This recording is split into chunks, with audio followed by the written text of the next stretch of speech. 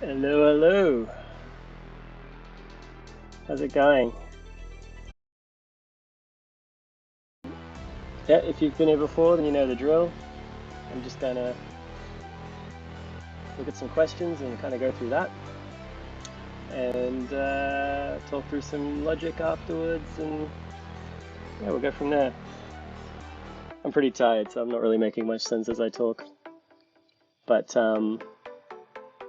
yeah, let me know in chat if you want me to do any specific kind of question or anything like that. All right, and I'll start the clock, and let's go.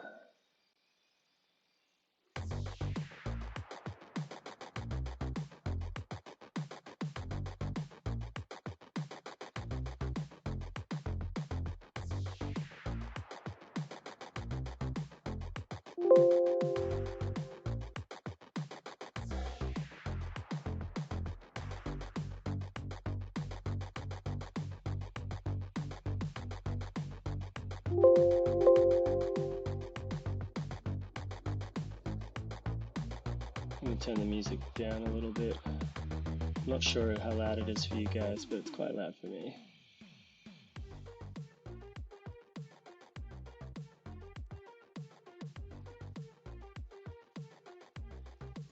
There.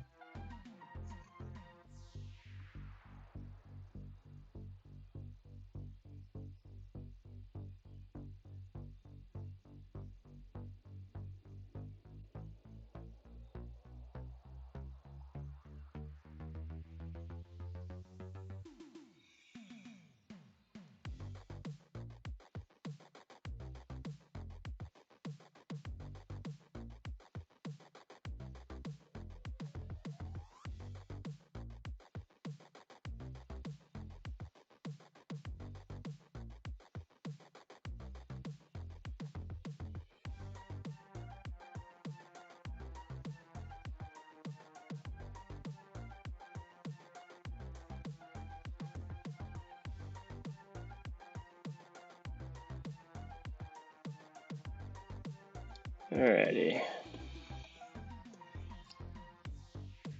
Sorry, that took. I haven't actually stopped the clock yet. Yeah, so that actually took like about 2 minutes 15 or so. But probably about 30 seconds of that I hadn't even read the question because I was fiddling around with the volume of the music and things like that. So yeah, I consider that one to be about 1:50 in reality. Although to be fair, in the exam I'm going to get distracted by things too, so maybe I shouldn't dismiss that. But it's a good way to start. I got one right. So, critical reasoning question. This one was about completing the argument. So, essentially, they gave us the skeleton of an argument, and they wanted to know what most logically followed to complete it.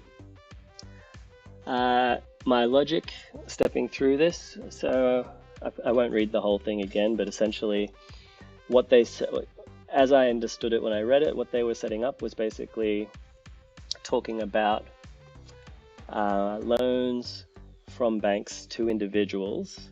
So I'm already starting to kind of create a little bit of a filter that they're talking about, specifically they're talking about loans, so not any other kind of banking, and they're talking about loans to individuals, so they're not talking about loans to companies and other sort of entities. Because then this first line is essentially establishing what they're talking about. They're talking about these loans and how there are some benefits that come from them.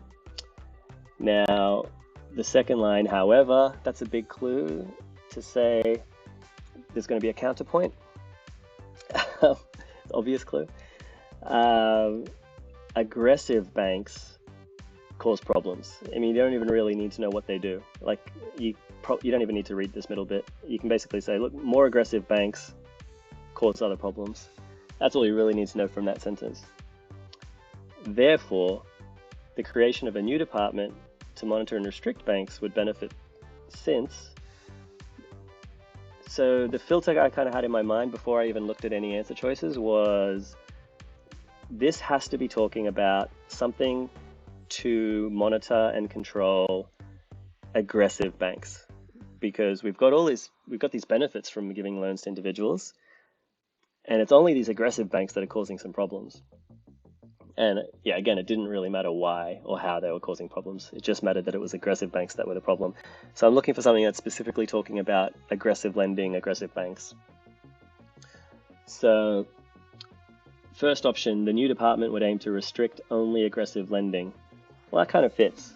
It might not be the best answer, but I'm keeping it in my options, so it kind of fits what I'm talking about. Aggressive banks cause individuals to establish less overall debt than credit card companies do. So that actually kind of goes against what I think it's going to be.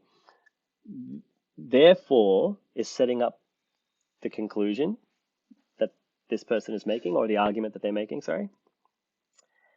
And they're saying that it would benefit the public to monitor these banks more.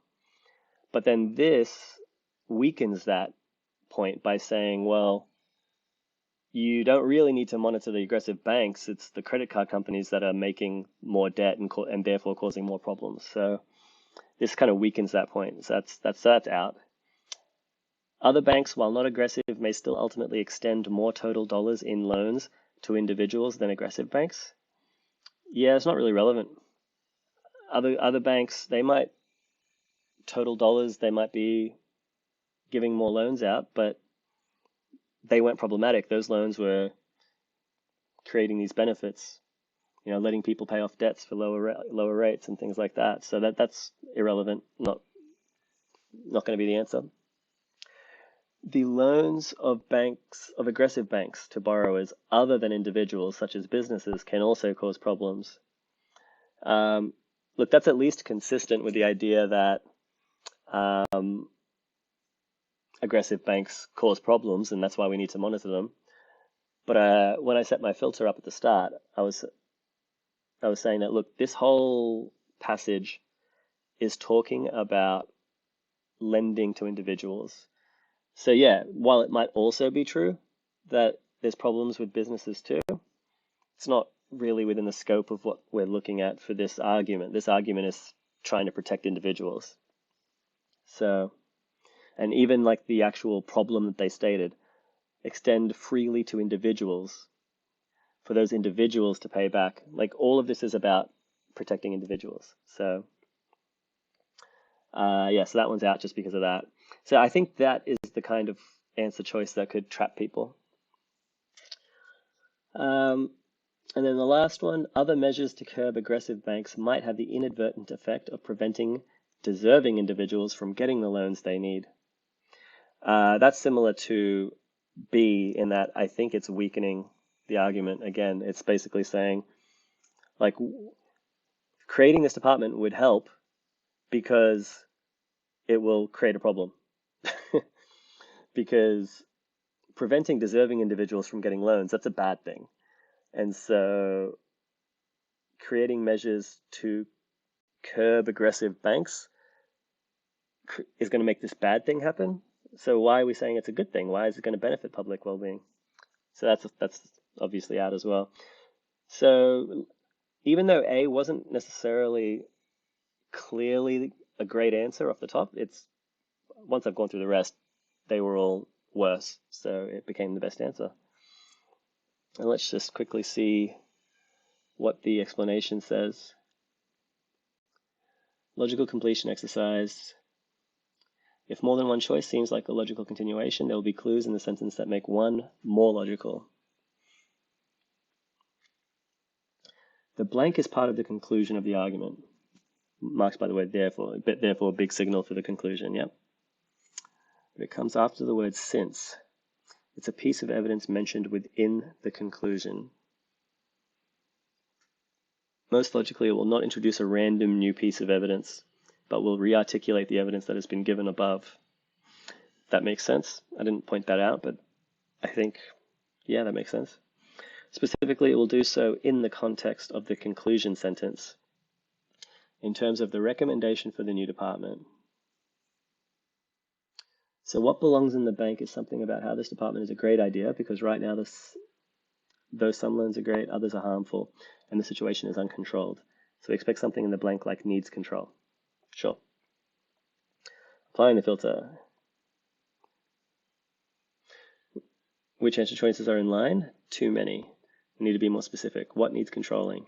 Bad banks. A matches that. A is in. B seems to match that, but then introduces credit cards out of nowhere. So B is out. It's kind of what I said, but I think they missed the point that it's not just saying that banks are the problem. It was kind of making the point that credit cards are a bigger problem, which sort of weakens the argument. C does not focus on the bad banks and is out. Yep. D focuses on bad banks, but a different practice they have other than what we are talking about. So it's out, right? Because we don't care about lending to businesses in the context of this passage.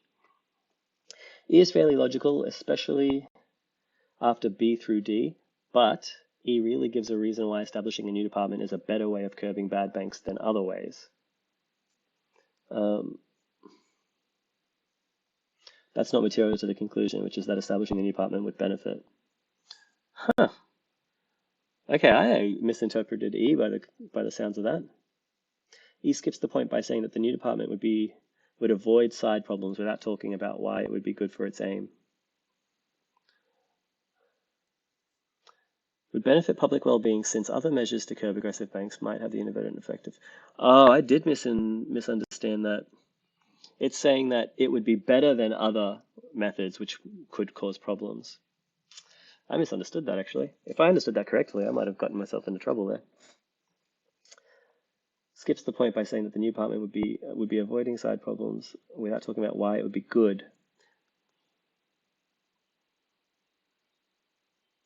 Yeah, and I think I probably would have gotten there in the end, even if it took me a second longer. The fact that this is setting up a statement to say, this is why it's good, and it doesn't actually say why it's good. It just says why other things are worse. And that's not really a very strong argument. So most logically completing the argument is going to be something that just confirms the point as evidence for the point. All right. I'm going to get to the next question. Reset the clock. And once it loads, make sure it's lined up and we'll go. Perfect.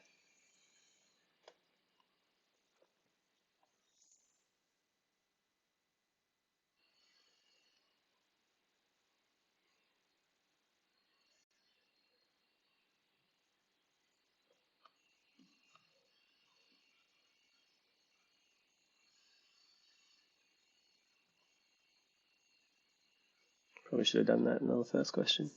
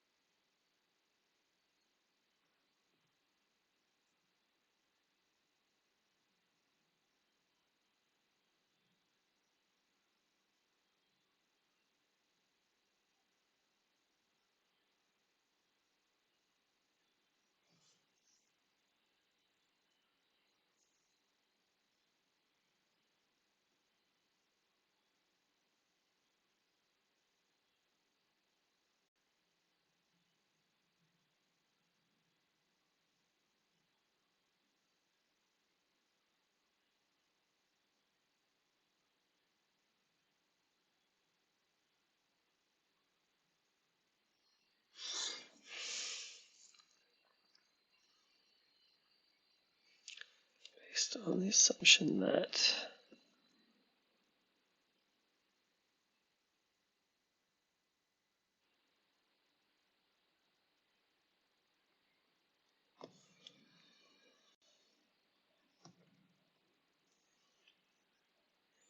all right.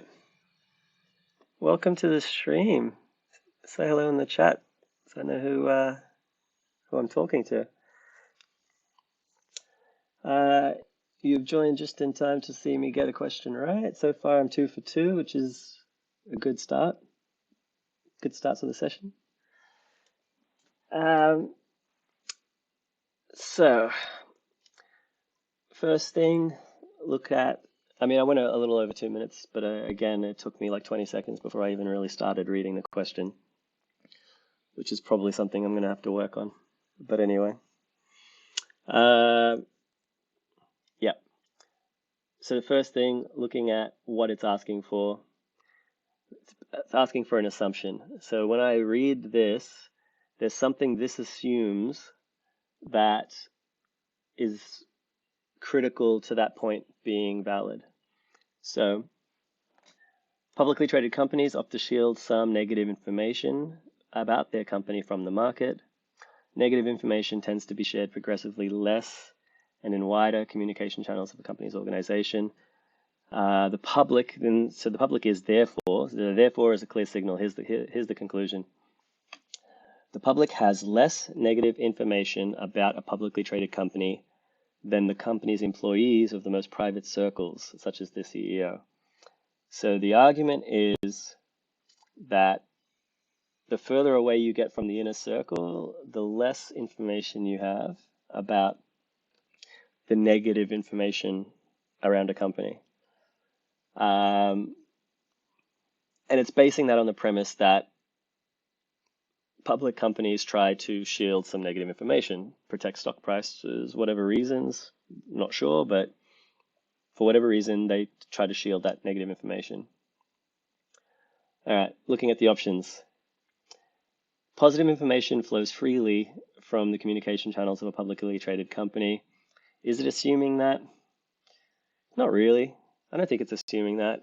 It's saying that the negative information is shielded. It's unlikely that any company would be shielding positive information. So it's not really an assumption to say that, yeah, it's flowing freely. It's just saying that it's not being shielded. So I don't think that's an assumption. Employees of a publicly traded company never leak private information about that company to the market. See, I didn't think it's assuming that either, just because never leak private information would kind of be talking about like an airtight sort of scenario. It would be saying, well,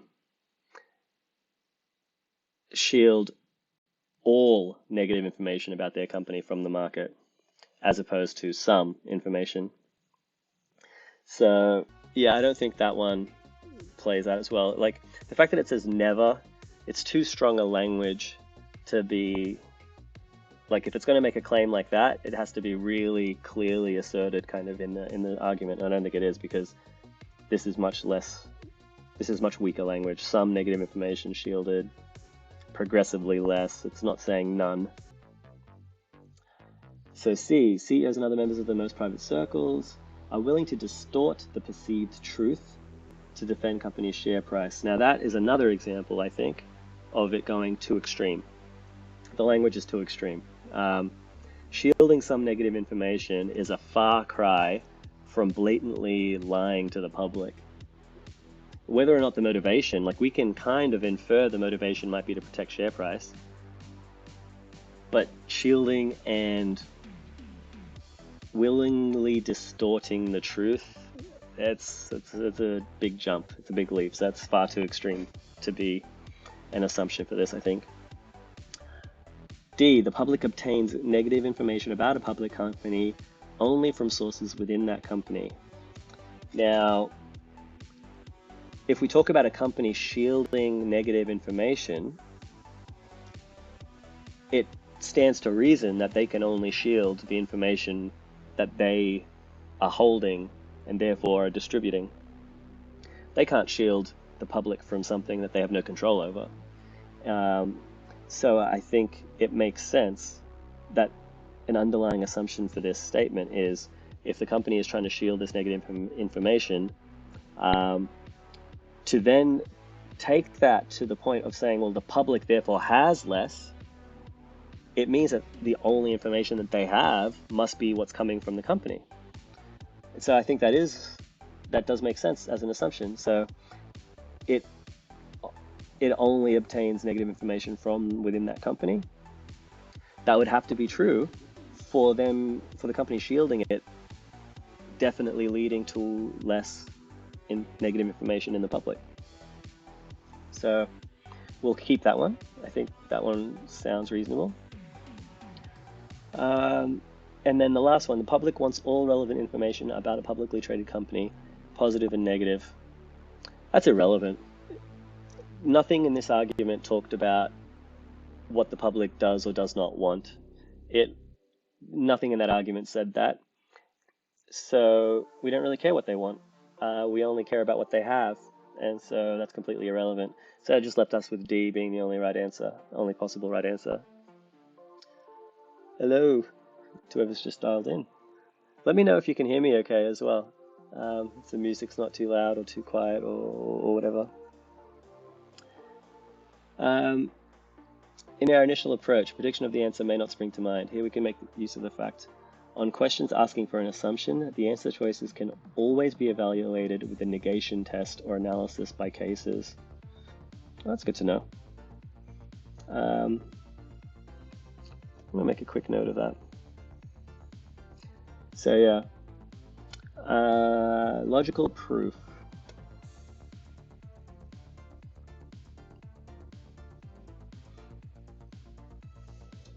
Yeah. There we go. So yeah, logical proof. If A is negated, the conclusion is truer, is more true, if anything. So going back to A, positive information flows freely through the communication channels of a publicly traded company.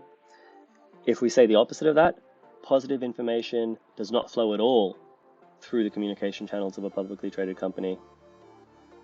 That would actually be confirming this.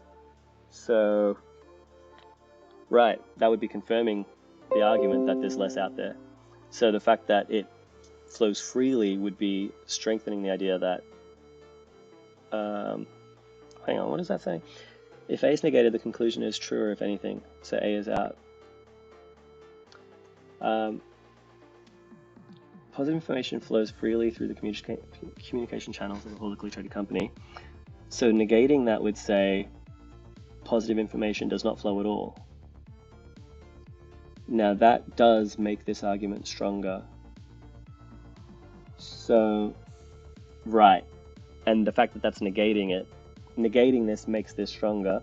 So therefore, the reverse of that must be making this weaker, which can't, and if it's making it weaker, it can't be an assumption that it's based on. That makes sense. Yeah, I mean, I basically came to that conclusion without negating. Because it was the same thing. It was basically saying, well, just because positive information is flowing doesn't mean that there's less negative out there. So we'll negate B even if employees leak information sometimes. If it's shared progressively less as it propagates outward, the argument is still true, because the leak was either on the outside and there was less info to leak, or it leaked near the center but got muffled on the way to the outside. Yeah, I mean, the argument is just saying that there's less. It's not saying that there's none. And so even if some of the negative information gets lost along the way, regardless of leaks, there'd still be less. Yeah. C. If CEOs were unwilling to distort information, that wouldn't hurt the argument because the information could still be shielded. Yeah, see, they're doing this negation, and I get the concept, but I just don't think it's as useful. I think just looking at the arguments and saying, well, what is, like looking at the statements and just saying, well, what do they actually mean? Just seemed to make more sense for me. Anyway, we like D, we skip it, and call E irrelevant. Well, finally agree on one. Back to D, our favorite. We'll negate it if the public obtains information from outside the company, maybe lots of information or superior information, then the public doesn't necessarily have less negative information. Yeah, I mean, that's more or less kind of what I sort of said as well. So I'll move to the next question. Let's see. I've done two. I'll do two more, but I'll go through these much quicker. And maybe I'm just going to start picking up the pace. If someone decides to sort of check in and ask some questions, I can always go through in more detail at that point, but I'm going to step through it much quicker now. Probably from now on in general. So, can you see the whole question? Yes, looks like you can. Perfect. Starting the clock. Let's go.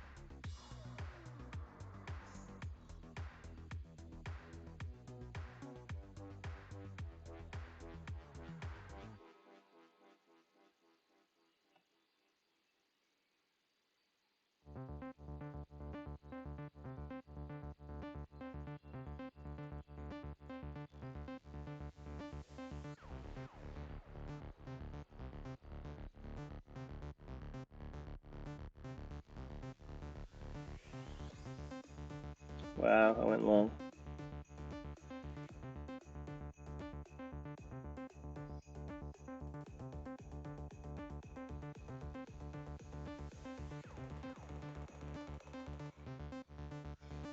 I mean, the thing is, I was looking at this and I kind of had the answer after 2 minutes, but I didn't want to click it yet. I just kept staring at it to confirm, and honestly, I read over the answers another 1 or 2 times before I even decided to click. And I should have been using my scratchpad to actually rule things out, but this is a wordy prompt. If you can see that, there's a lot there. I was testing out also different ways of reading this, so I kind of did this question 2 different ways in my head. At first, I looked at specifically just the bold-faced lines to say, okay, if I just read that, what does it tell me about what they're doing? And I was looking for kind of big keywords like however, therefore, whatever, those kinds of words that say this is clearly this thing. So that's what I was looking for. It turned out that those lines didn't really give me that much on their own. It was kind of, they just had a couple of statements. And when I read the second one in particular, it wasn't 100% clear to me straight away if it was evidence or if it was the conclusion itself. Because I read that it's like 3D printers have this natural application to mass production in part because they can produce items at cost competitive with that of production lines. Because should have been a clue that it's evidence. Straight away, that should have been a clue that it's evidence. But the fact that it said printers have this natural application, that sounded like it was setting up like that it was kind of stating an argument. That said, this pronoun, so it's obviously referring to something that's already been said. So wherever it was already said, it would have been where the argument was. So again, this is just referring to that argument and supporting it with evidence. So that, and I did end up getting there. It didn't jump out to me straight away. So after I looked at just these 2 lines, I read it all the way through from start to finish to see if I could actually just kind of get my head around what it is saying. And yeah, so reading that, it's talking about 3D printers. It started out being used for prototypes. They noticed it was good for that and people started talking about it. And then, but okay, however, that's the signal for the argument that's being made, the conclusion. However, it's good for mainline production as well, essentially is what they're saying. And then the final line is saying the reason why it's good for production is because its costs are low. It's competitive. So what I then knew pretty clearly was that last line is supporting evidence for the conclusion. The conclusion was in the however sentence, not bold-faced. And the second bold-faced line is supporting that. So if I looked at the answer choices, that's what I kind of was just staring at for a while without really registering. But what I was looking at in those answer choices was ruling out any answer choice that does not have the second bold-faced portion being evidence to support the conclusion. So stepping through, doing this hopefully as quickly as I would do in a normal situation that's not 11 p.m. The first and second, so both, describe evidence that has been used to challenge the position that the argument seeks to establish. So that's out because the second one is definitely supporting the position. First is evidence, blah, blah, blah, we don't care. The second is that position.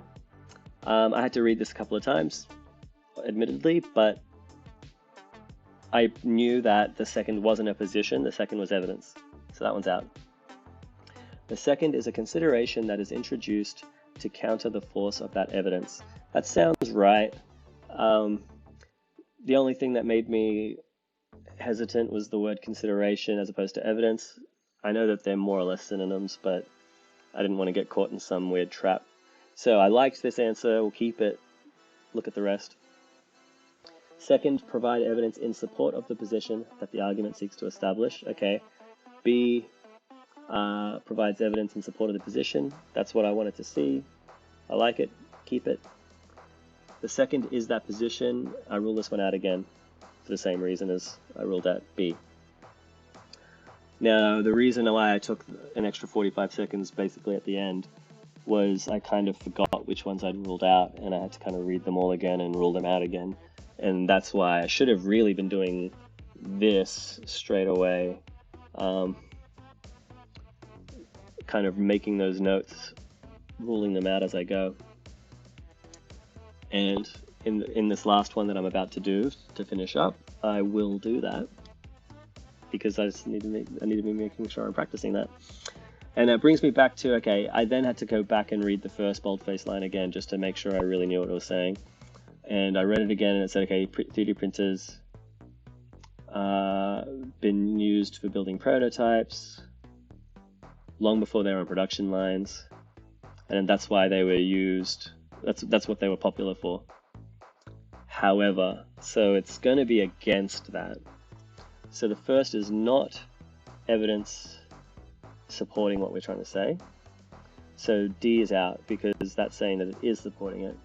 So C is saying it's the basis of an objection, which is what happens. They're saying, here's what it was, and now we object because we think it's also useful for mass production. So C was right and then picked that. But like I say, I just did everything I just said. I kind of did it twice before I answered. So in theory, I should have been able to do this in something between 90 seconds and a minute. Well, this explanation's pretty long actually, holy. Let's see. We see bold-faced sentences. So we're certain that the question will involve identifying the logical roles of the sentences. So yeah, if there's bolded lines, it's always going to be that. It's always going to be, what role does this line play in the overall argument? We confirm this by checking out the question stem. Yeah. Then we'll go through the argument, identify the logical role of each sentence, not bothering to analyze the argument further. Yeah, okay. That makes sense. So without even really trying to understand it, just what is it? 3D printers have an application, evidence. Second line, however, suitability for prototyping, partial contradiction. Yep. 3D printers have this natural application because support to the partial contradiction. I think the word because would be valuable there. So in theory, I could actually more or less write this on my scratch pad.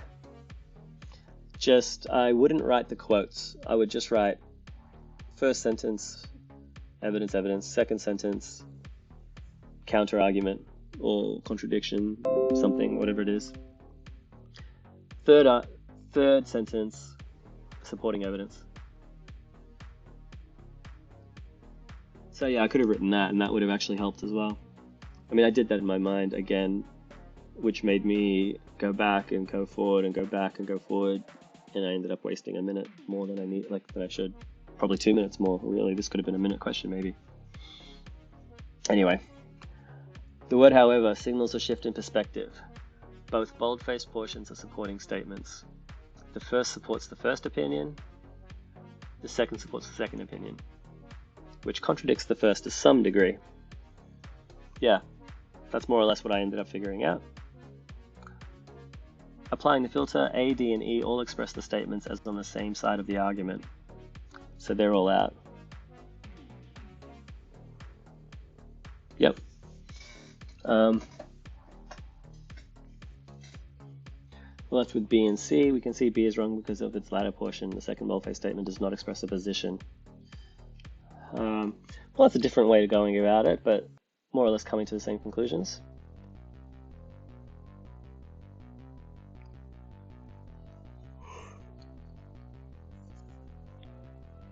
Cool. All right, last question for the night. And then I'm going to try and get some sleep. So anyone who ends up watching this, thank you. Hope you're enjoying it. And questions on the screen, I'll start the clock. And this time, as soon as I click the clock, I'm going to immediately focus. All right, let's go.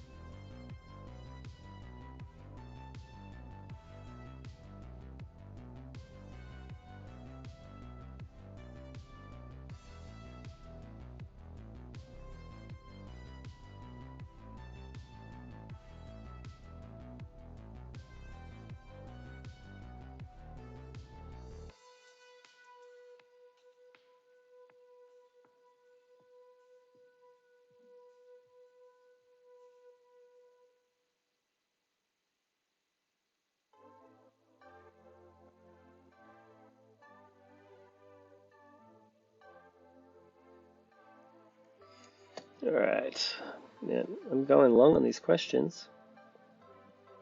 Let's see. Look, I'm taking a long time, but I'm at least getting them right. I think this is my first session where I've gotten 4 from 4 on questions, so that's good. My logic, I can step through it quickly. So, starting with, this is a strengthen question. I look straight at the question stem. Which one would most strengthen the argument? So what is the argument? So you can kind of ignore this because it's just a modifier.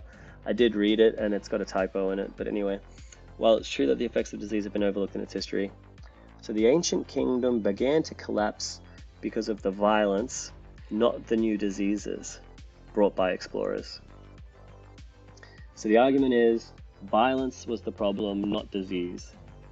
And that's evident because it fell in the south, in the region under attack by explorers, and only later in the northern part.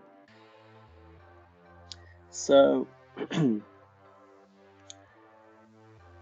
that second part is the premise. It's not the premise. It's kind of the evidence supporting the conclusion. So the conclusion is violence is a bigger problem.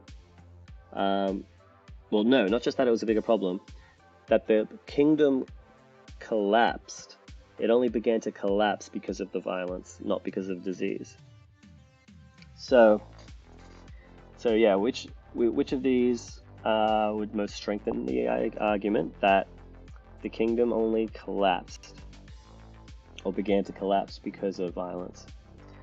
Now, there are a few that kind of looked like, excuse me, there are a few that looks like reasonable answers here. So this is actually harder than I think I got a little bit lucky, to be honest. Because I did not rule out A. There was a pause in violence after the explorers' attack on the south and before the attack on the north, and during this period, the condition of the kingdom did not appreciably worsen. I thought that was a reasonable supporting bit of evidence to say, well, they attacked, and I'm inferring that once they attacked, the susceptibility to disease was there. So it was like basically saying, well, okay, we've attacked, things got worse. Well, again, I'm also inferring that things got worse during the attack. And then in that paused period, you would expect disease to run rampant and make things worse. Now, the fact that it didn't, it seemed to support the idea that the violence caused the problem and not the disease, because the disease would have done it in that middle period. But yeah, I guess there are a few too many assumptions there, and so I kept it in, but there are a few assumptions there because, like I said, there's the assumption that once it reached the south, like once the attack reached the south, the diseases reaching the south would also be reaching the north. I mean, what if the diseases were only getting there because of the attacks themselves? So maybe the disease hasn't even reached the north. So in that case, it would be kind of irrelevant that there was a pause because it just never reached them to begin with. So yeah, there's kind of a few assumptions there that would need to be there for that to be like a very strong strengthener. B, the northern portion of the kingdom not substantially weakened until after the explorers attacked that region. That also seemed to be somewhat supportive. I kind of thought that the first one was stronger than this. So even though I didn't rule this one out necessarily, but I thought the first was stronger. And the reason I thought that was the fact that having the pause allowed more chance for that to be evidence to say, well, while there's violence, the collapse, how can you split it between the violence and the disease?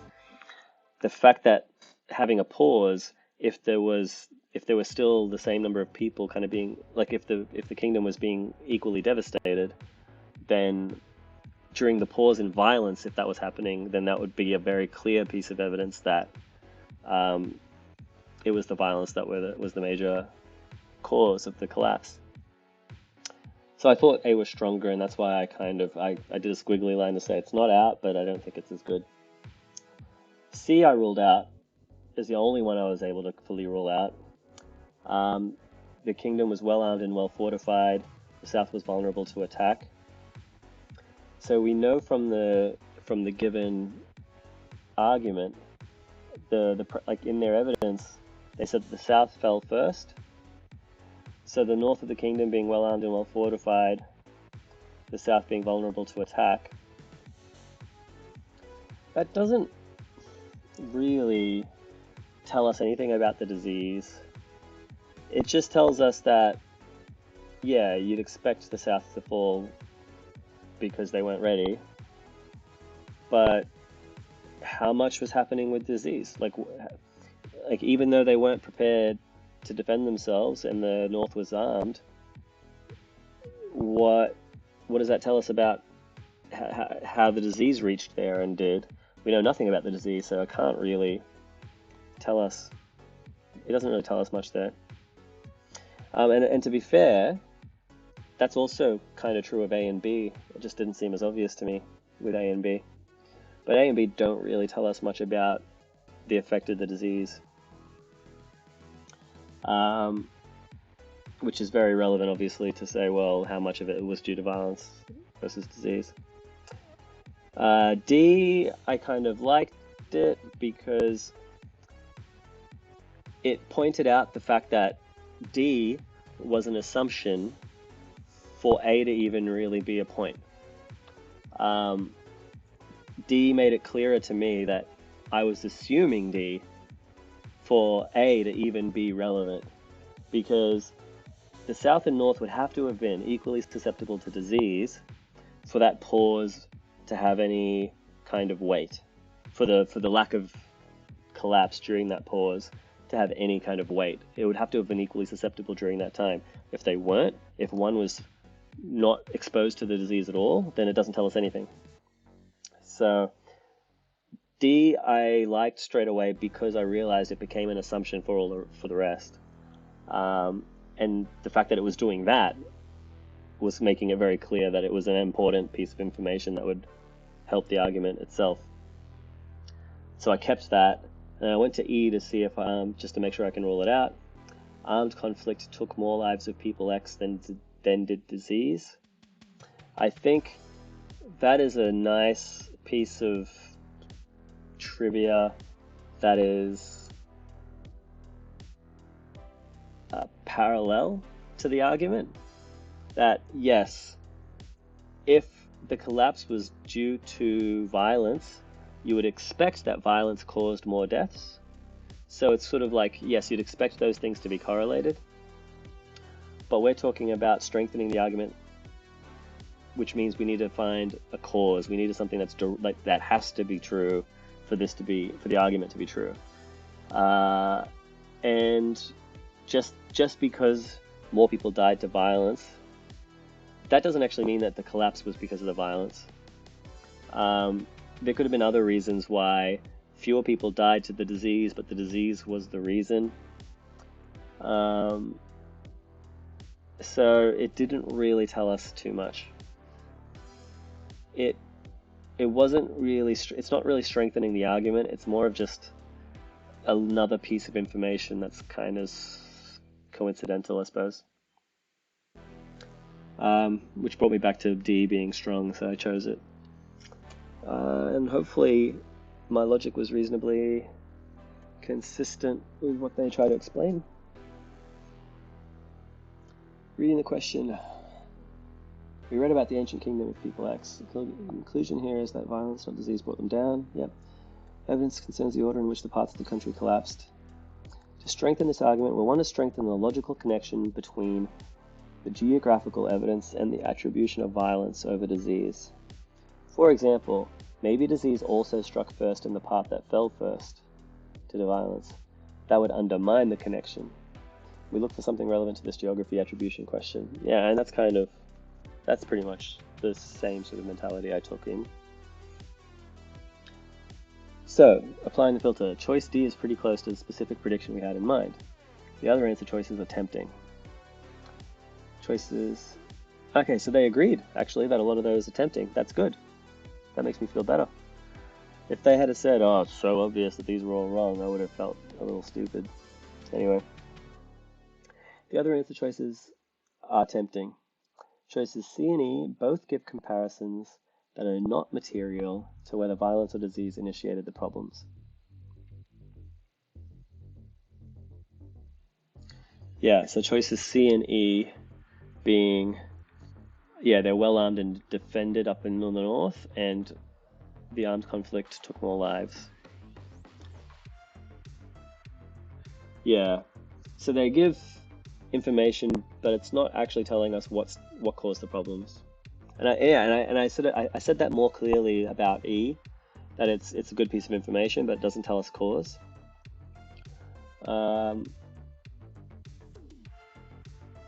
And I kind of skirted it. I said similar, but I sort of skirted it on C, where I said, well, the fact that it's vulnerable to attack doesn't mean it's vulnerable to disease or well defended against disease or whatever the case may be. So we don't know anything about the disease. So in a way, yeah, I kind of said that in a roundabout sort of way. It doesn't tell us whether or not violence or disease caused the problems. So we focus on that phrase in the prompt, began the attack. I'm going to go back to the prompt.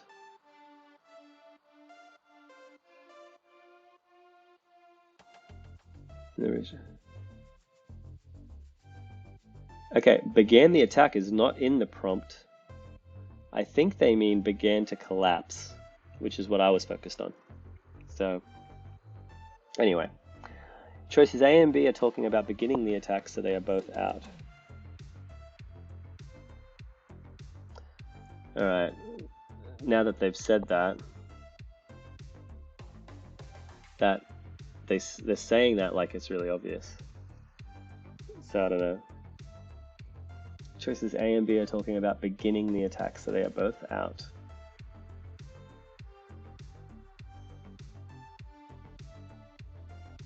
In beginning the attack, is that not similar or aligned with beginning the collapse?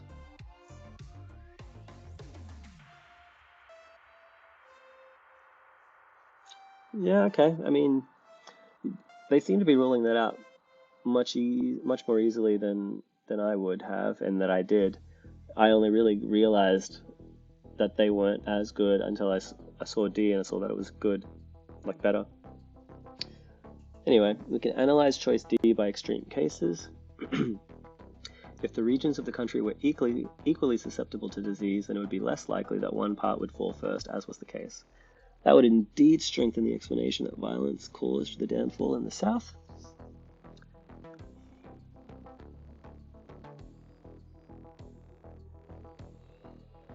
Yeah. Consider the contrary. If, say, that the South was much more susceptible to diseases, then the South could have fallen first due to disease, not violence, and the presence of violence would be a coincidence. Yeah, and that's pretty much what led me to my answer. So, okay, look, a little over an hour actually, and I thought this was going to be a shorter one. 4 questions per hour.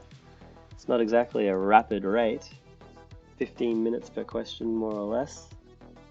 To be fair, it's about 2 to 3 each question, and then I'm just spending 10 to 12 minutes analyzing, which is not a bad use of time, I think, especially on something like critical reasoning. Like with these verbal questions, I really want to make sure that on every question, I don't just get it right and say, yeah, cool, pat on the back.